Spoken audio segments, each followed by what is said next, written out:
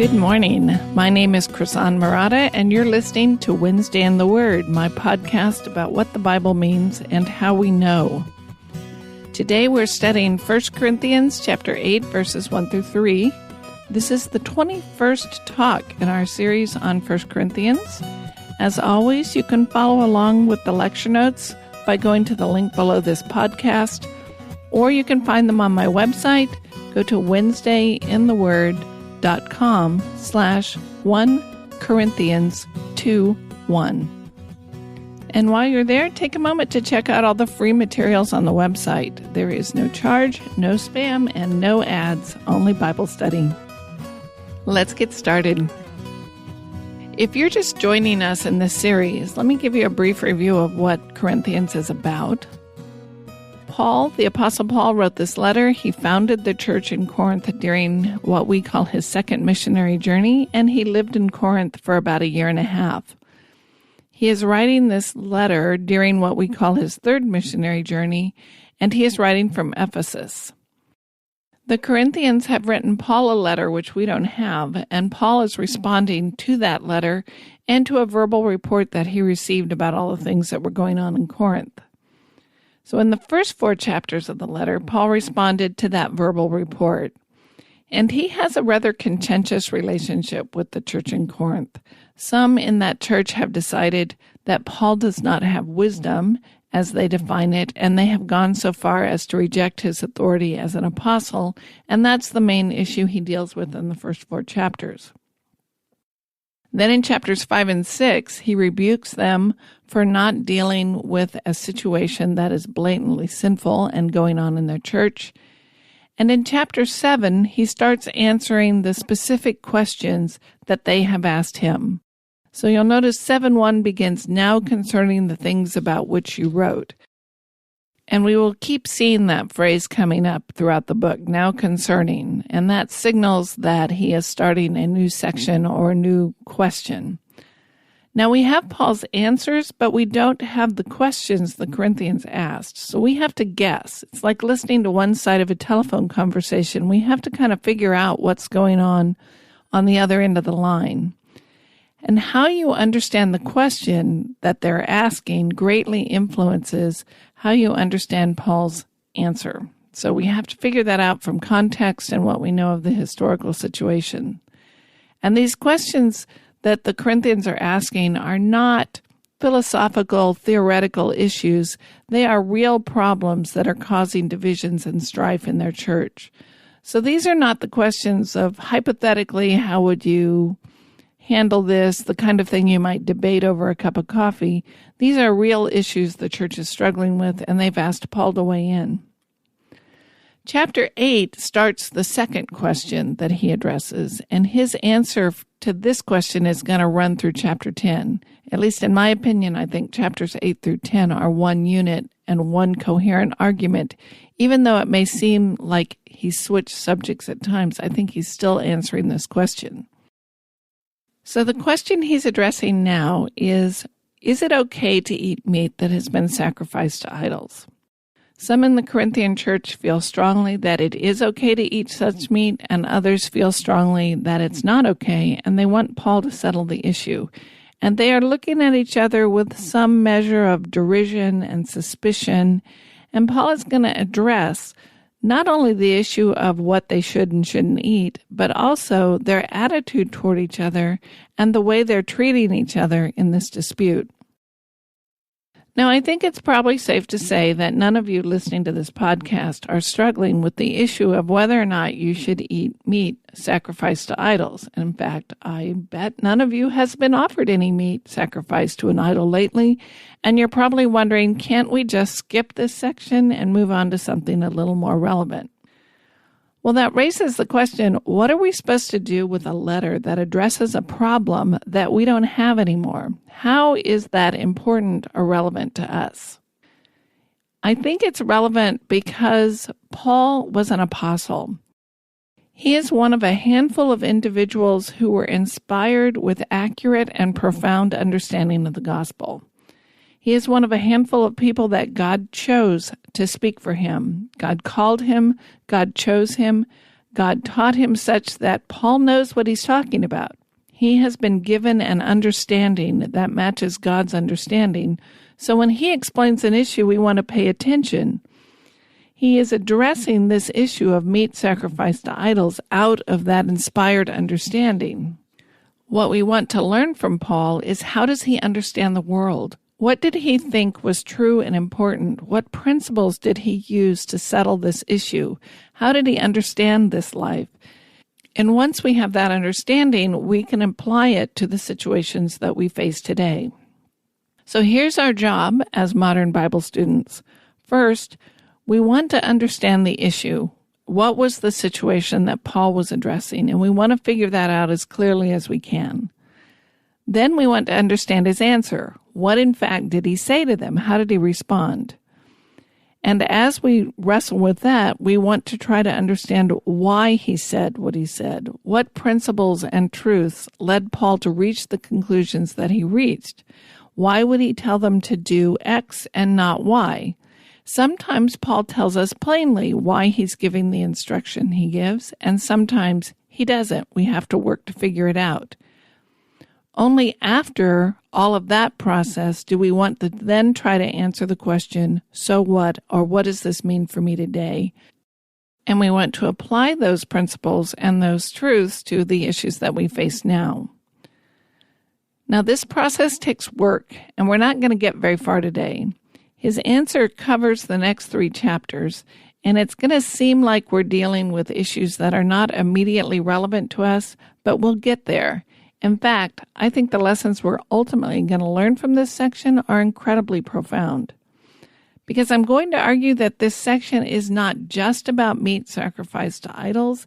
It's about our attitudes, our values. It's about the relationship between freedom and responsibility and truth and knowledge and love.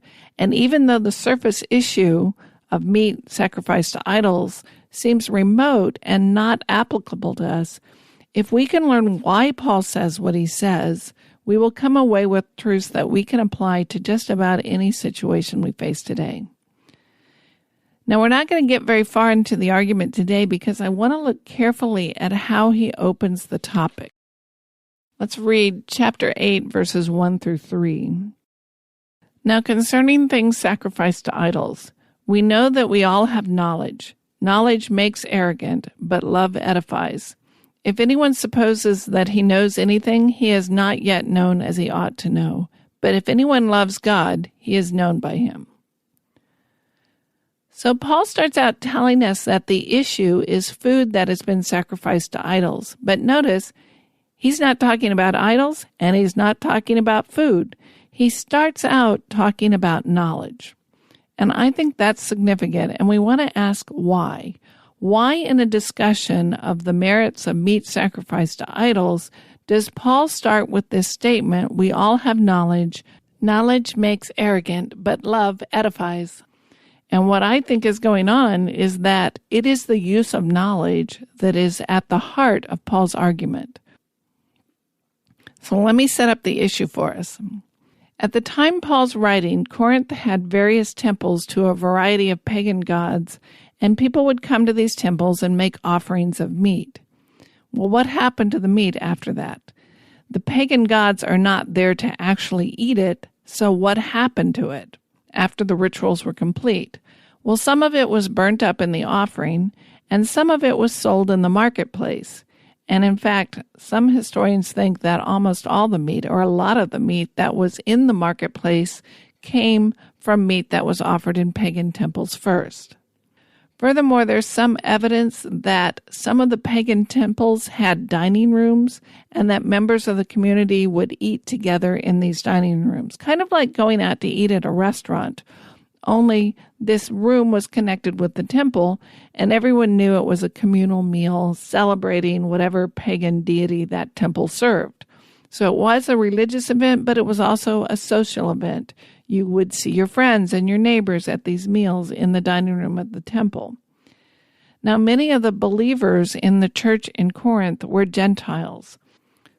Before converting to Christianity, pagan worship would have been a regular part of their lives. They would have lots of experience with offering meat in the temples and then eating these communal meals. They would have been in the habit of participating in these rituals and eating at the temple, and for many, they were a social event as well as a religious event, and something they probably grew up doing and had done all their lives. So now that they've come to faith, the question is, do we need to stop that practice? What needs to change? And some of the new believers have rightly argued, look, these idols are not real. There's no one really there. They don't exist. Meat that's been sacrificed to idols is just meat. It's not contaminated. It won't turn you into a pagan by eating it. It's just meat, and we are free to eat it. We're free to buy it at the meat market, and we're free to eat it. And some of the comments Paul makes indicate that they also feel free to go to the temple dining rooms and eat the meat there. We know these idols don't exist. We're going to go and eat and see our friends and enjoy the meal. It doesn't mean anything to us. It's just meat. Others in the community don't feel this freedom. They argue that to participate in these meals or to buy meat at the marketplace is to participate in and support the practice of idolatry, which of course is something we should avoid. Participating in any part of this idol's rituals is idolatry, and it would be wrong to participate. And that's the issue dividing the church. Now, the argument of those who feel free to participate is that we know the idols aren't real. Yes, those pagans participating still think that the deities are real, but we know better. We know there's only one God, and he is not the God of that temple. We know that we are not worshiping a real being. We are not intending to worship other gods. Now, if we were intending to worship another god, that would be wrong, but that's not our intention. We're not going there to worship. We're going there to eat. And we know there's no God there to worship. We're just going for a meal. This is just plain old regular meat.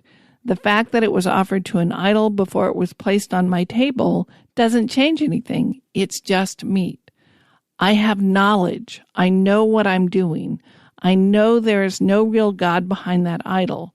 And in my knowledge of what is true, I have the freedom to eat this meat because there's nothing wrong with the meat. Worshipping idols is wrong. Eating meat is not wrong. And I know all that I'm doing is eating meat.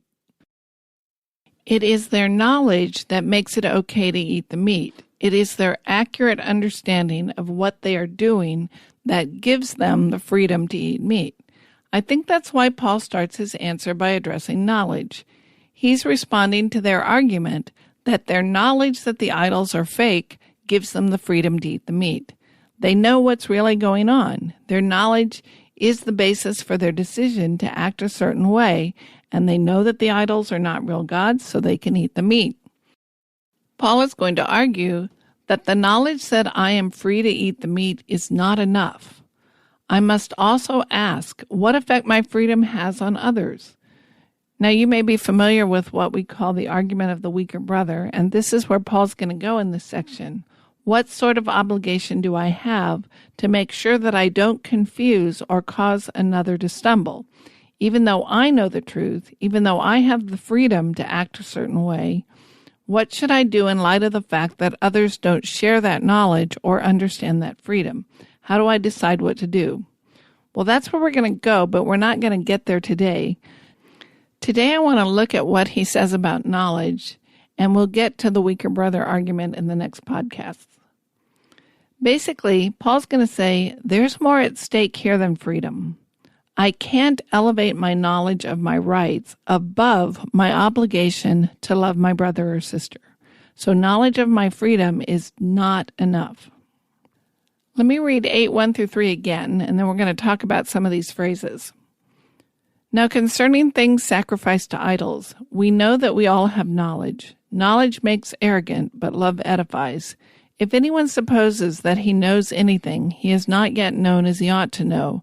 But if anyone loves God, he is known by him.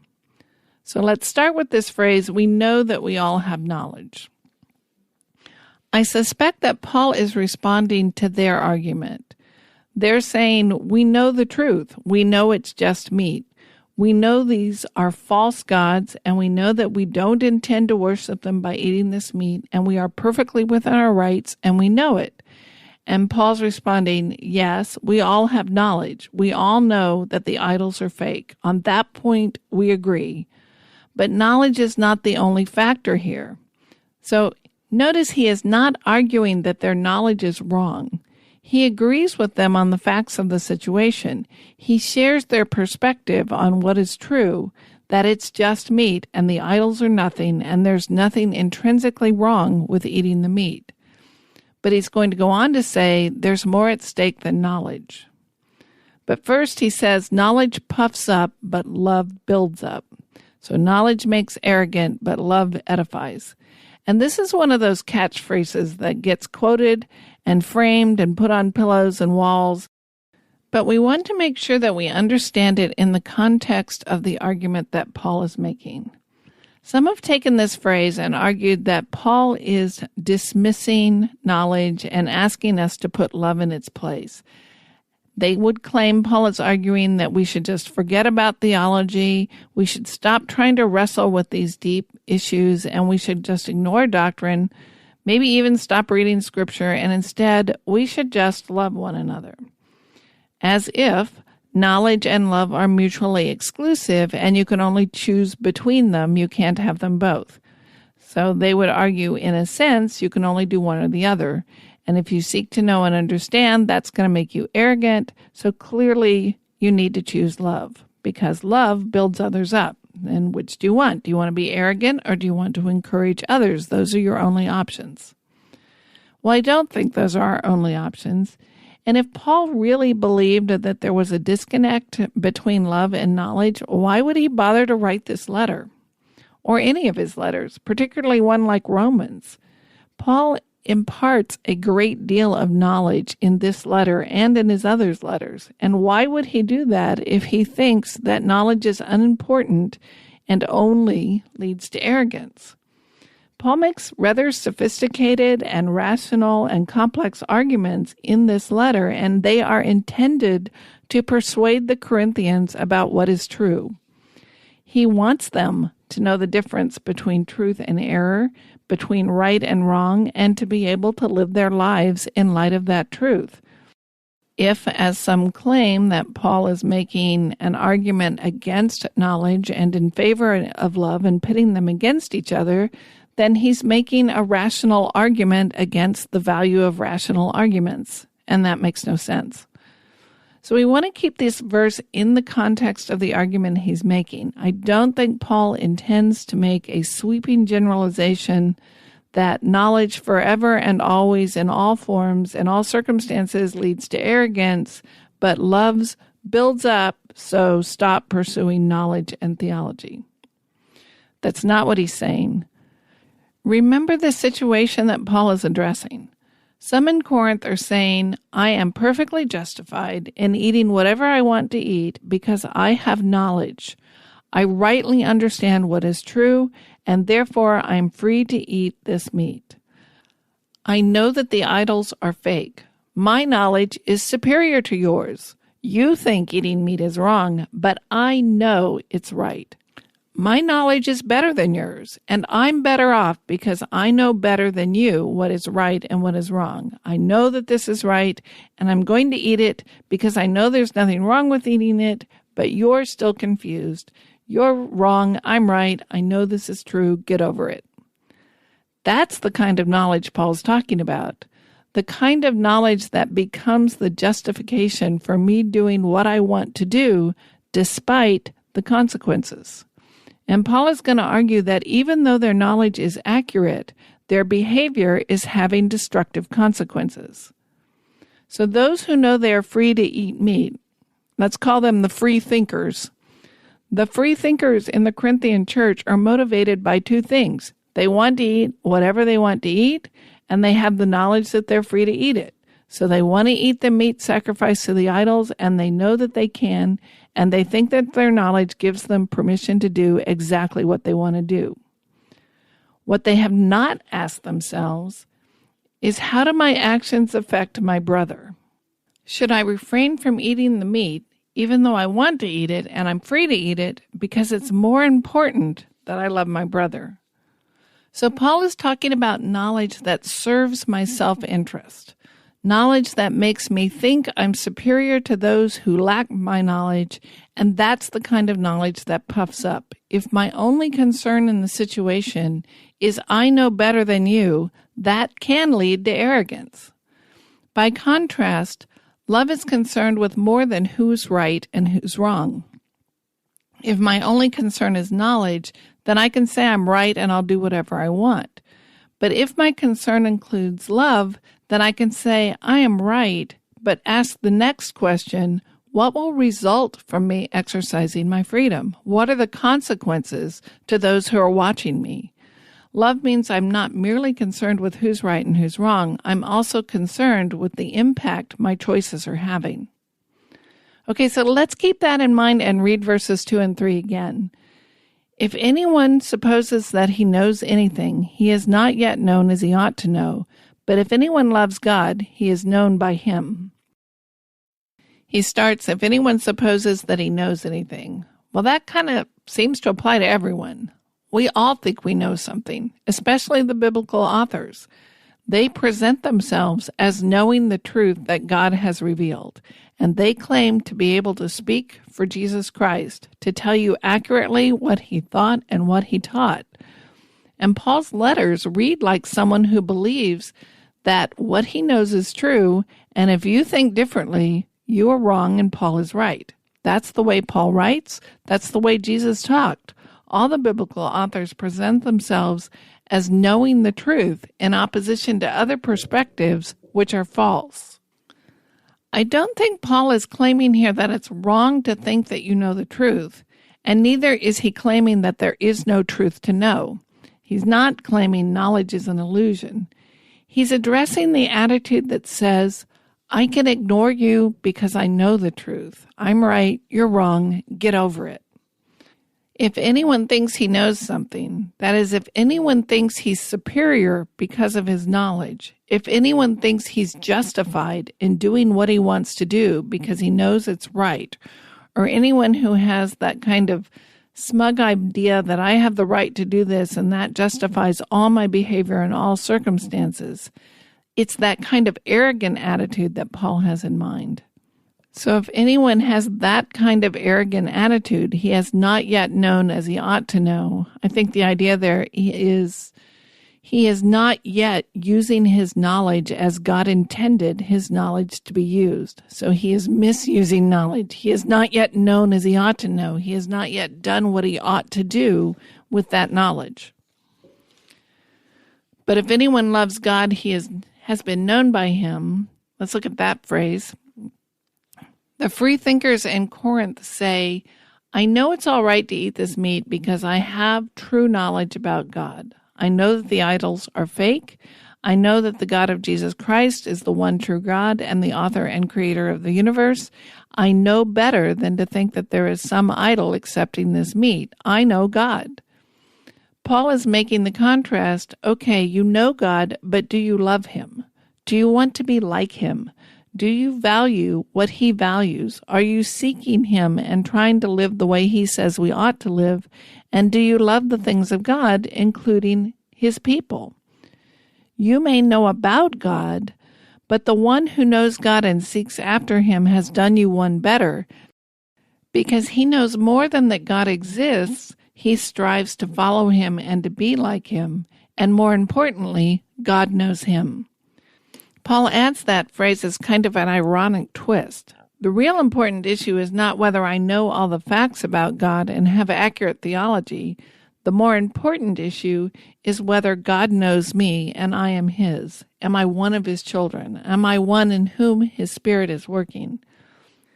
The phrase for God to know someone usually refers to being one of God's people, and I think that's what Paul means here. It doesn't mean that God knows you exist, but rather that you belong to him. He has chosen you. You are one of his people. So the contrast is between knowing about God and loving God, knowing about God and belonging to him and being one of his people. The free thinkers are boasting that they're right, They don't have to listen to anyone else because they're right. They don't need to consider those who disagree with them. And we'll see that they are in fact right. Their facts are straight. But they are using that right to ignore the consequences of their actions, and that's what Paul is questioning them on. He's saying, do you really love the God you say you know? Your actions are kind of a red flag that you don't really love God. You may have all the facts correct, but do you love him? Do you want to be holy as he is holy? Do you want to love what he loves, including his people? So they know about God, but they don't seem to love their neighbor as themselves, one of the key things God would ask them to do. So they know about God, but the way they're responding to those who disagree with them indicates that they don't really love God or their brothers. So I would paraphrase these verses something like this. Now, concerning your question regarding meat sacrificed to idols, I know that some of you are justifying your behavior by saying you know all about the idols and that everyone knows the idols are fake. While I grant you the truth of that, such knowledge is not enough. Thinking that you're superior because of your knowledge only inflates your opinion of yourselves, whereas love, which is our true calling, is intended to build up others. If anyone thinks he knows the truth and is therefore justified in ignoring and disrespecting those who disagree with him and doing whatever he wants, he is not using his knowledge in the way God intends. But if anyone loves God as opposed to just knowing about God, then not only does he know God, but more importantly, God knows him. So let me try to wrap all this up and put it together. Paul is exploring the relationship between knowledge and arrogance, the love of God and loving my brother. And he's giving an important warning here.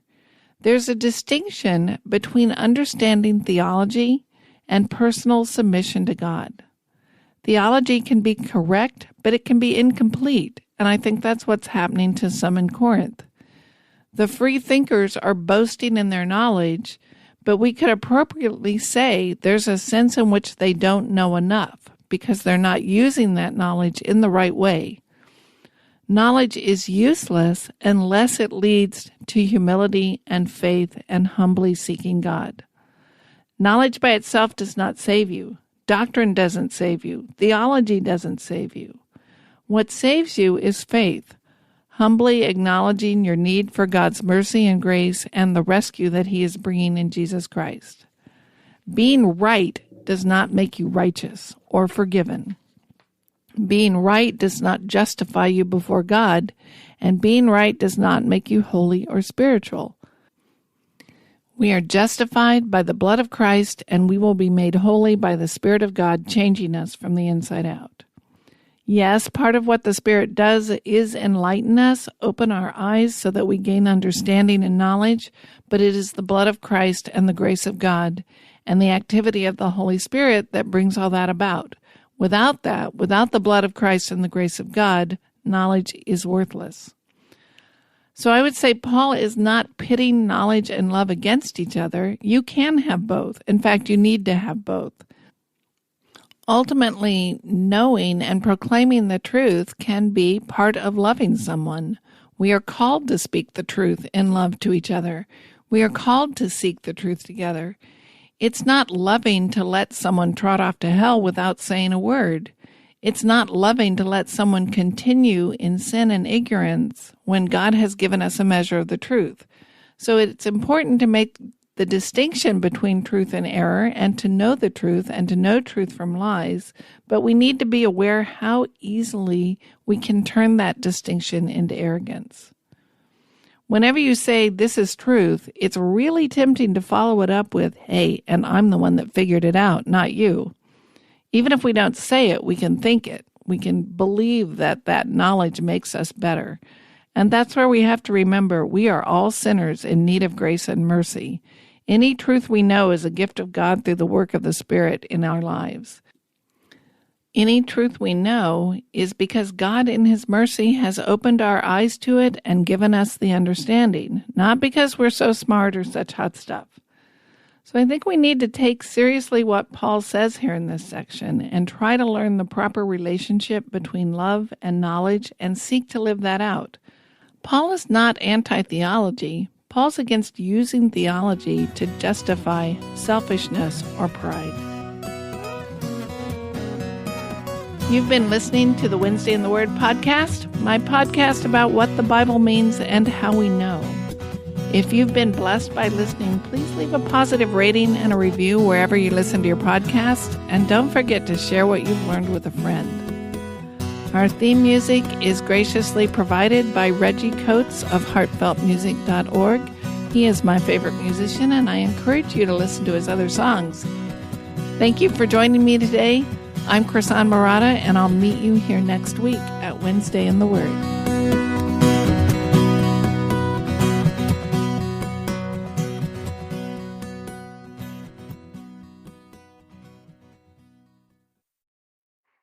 Before you go, if you're looking to improve your Bible study this summer, sign up for my Bible Study Boot Camp.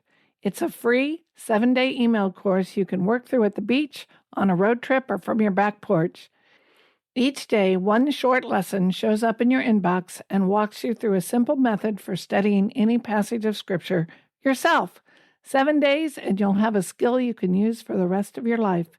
Sign up for free at wednesdayintheword.com/bootcamp or click the link below this podcast. Thanks for listening.